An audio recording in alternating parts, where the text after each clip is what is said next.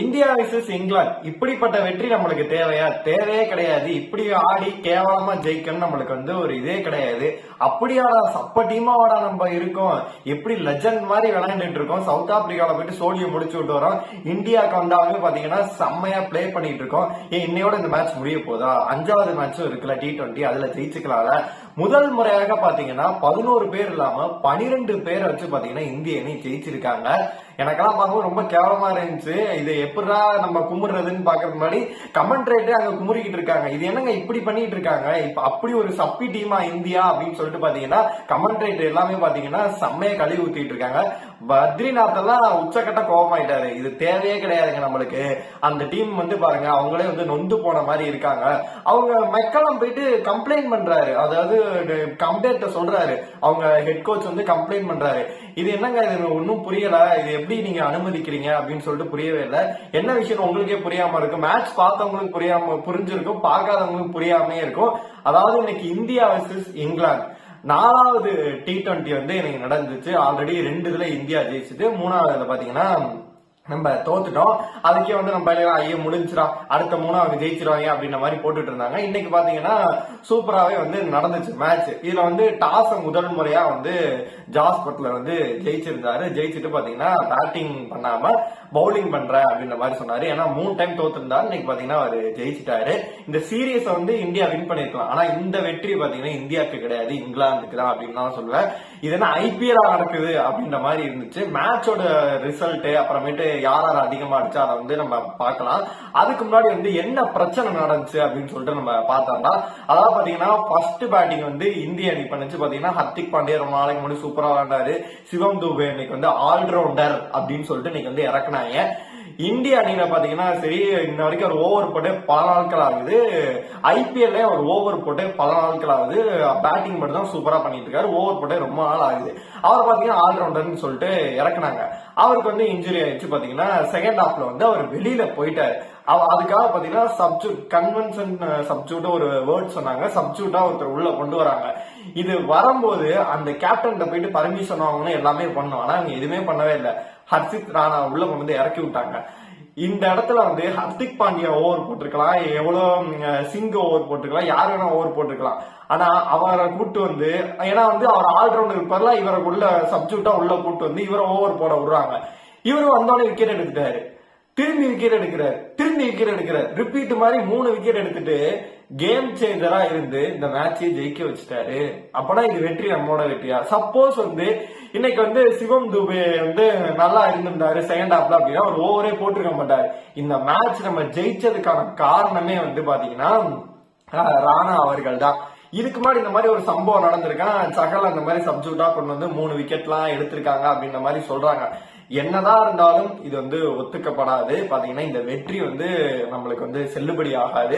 இது இங்கிலாந்தோட வெற்றி தான். அடுத்த மேட்ச் கூட நம்ம ஜெயிச்சிருக்கலாம். ஆனா ஏன் இப்படி பண்ணாங்க அப்படின்னு சொல்லிட்டு நம்ம தெரியவே இல்லை. ரொம்பவே கடுப்பா இருக்கு மக்களை பாக்குறதுக்கு. நான் மட்டும் இல்ல, எல்லாருமே இப்படி பண்ணிட்டாங்களே இந்தியா அப்படின்னு நினைச்சு நீ பண்ணுவேன்னு நினைக்கிறல, முதுகுல குத்திட்டேல அப்படின்ற மாதிரி இருக்கு. சரி, இன்னைக்கு என்னென்ன யாராவது அதிக ரன் அடிச்சா எப்படி இருந்துச்சு அப்படின்னு சொல்லி நம்ம ஃபுல்லாவே பாத்திரலாம். அதாவது ஃபர்ஸ்ட் ஹாப்ல பாத்தீங்கன்னா 181 ரன்கள் அடித்து பாத்தீங்கன்னா இந்திய அணி ஒரு 9 விக்கெட்டை விட்டுட்டாங்க 20 ஓவர்ல.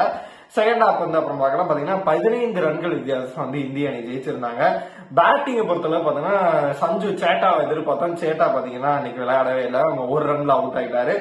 அப்புறமேட்டு அபிஷேக் சர்மா அவரோட பங்குக்கு சூப்பராகவே விளையாண்டு ஒரு 6 4 4 அடிச்சு பாத்தீங்கன்னா ஒரு 29 ரன்கள் தேத்தினாரு. அப்புறம் திலக் வர்மா பெரிதும் எதிர்பார்க்கப்பட்ட நிலையில டக் அவுட் ஆயிட்டு போயிட்டாரு. அவரு கூட நானும் போறேன் அப்படின்னு சொல்லிட்டு பாத்தீங்கன்னா சூரியகுமார் யாதவ் அவரு கூட பின்னாடியே டக் அவுட் ஆயிட்டு போயிட்டாரு.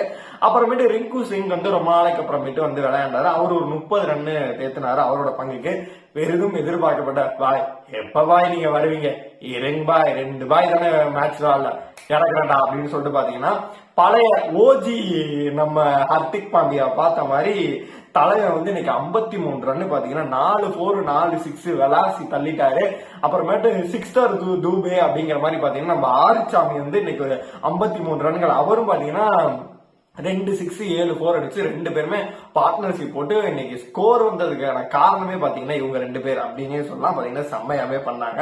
அப்புறமேட்டு ஆல்ரவுண்டரா எதிர்பார்க்கப்பட்ட ஹர்ஷர் பட்டேல் இவங்க யாருமே ஒழுங்காவே விளையாடவே இல்லை. அப்புறமே டீம் இந்தியா பாத்தீங்கன்னா அப்படியே வந்து சுருண்டு விட்டது. 9 விக்கெட்டுக்கு பாத்தீங்கன்னா 181 தான் அடிக்க முடிஞ்சிச்சு. அவங்க கணக்குல பாத்தீங்கன்னா யாரெல்லாம் விக்கெட்லாம் சூப்பராகவே எடுத்தாங்க அப்படின்னு பாத்தீங்கன்னா புதுசா முகமது வந்து தம்பியை இறக்குனாங்க. அவர் வந்து ஃபர்ஸ்ட் மேட்ச் மாதிரியே தெரியல, வேற லெவல்ல பண்ணி 3 விக்கெட் எடுத்திருந்தாரு. அப்புறம் ஓவர் டன் எப்போதும் ஓவரா போட்டு பாத்தீங்கன்னா 2 விக்கெட் 3 விக்கெட் எடுத்தாரு. அவருமே விக்கெட் எடுத்திருந்தாரு. அப்புறம் ரசித்தும் ஒரு விக்கெட் எடுத்திருந்தாரு. ஆதில் ரசித்து அவர் ஒரு விக்கெட் எடுத்திருந்தாரு. ஓவராலா பார்க்கும்போது 182 ரன்கள் எடுத்தால் வெற்றி என்ற இலக்குடன் பாத்தீங்கன்னா அவங்க களம் இறங்கினாங்க. ஓப்பனிங் பார்ட்னர்ஷிப் வந்து எப்போதுமே அவங்களுக்கு வந்து அமையாம இருந்துச்சு. இன்னைக்கு நாங்க விட மாட்டோம், பவர் பிளேல அடிக்கிறோம் அப்படின்னு சொல்லிட்டு பாத்தீங்கன்னா பவர் பிளேல விக்கெட் போகாத மாதிரி பாத்தீங்கன்னா இவரும் சூரியகுமாரி எங்கிட்ட ஓவர் மாத்தி பாக்குறாரு. பாத்தீங்கன்னா விக்கெட்டே போகாம வந்து சூப்பராக விளையாண்டுட்டு இருந்தாங்க.